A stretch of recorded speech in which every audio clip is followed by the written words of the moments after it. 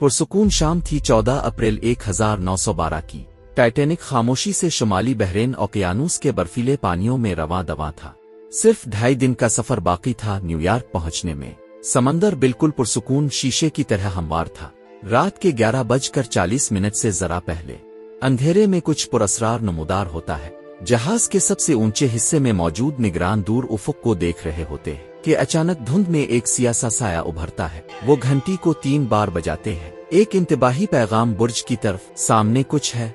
घंटी की आवाज सुनते ही वो फौरन हुक्म देते हैं, हॉट टू स्टारबोर्ड, यानी जहाज को बाईं तरफ मोड़ दो, और टाइटैनिक आहिस्ता आहिस्ता मारने लगता है। तह पर नजर आने वाले हिस्से से तो बच जाता है, मगर ज़ेरे आब एक छपी हुई नोक उसके दाएं हिस्से को चीर डालती है। मर्डाक फौरन समझ जाते हैं कि जहाज किसी बर्फानी तौदे से टगा है। वो हुक्म देते हैं कि तमाम वाटर टाइट कंपार्टमेंट्स बंद कर दिए जाएं और दरवाजे नीचे गिरा दिए जाएं।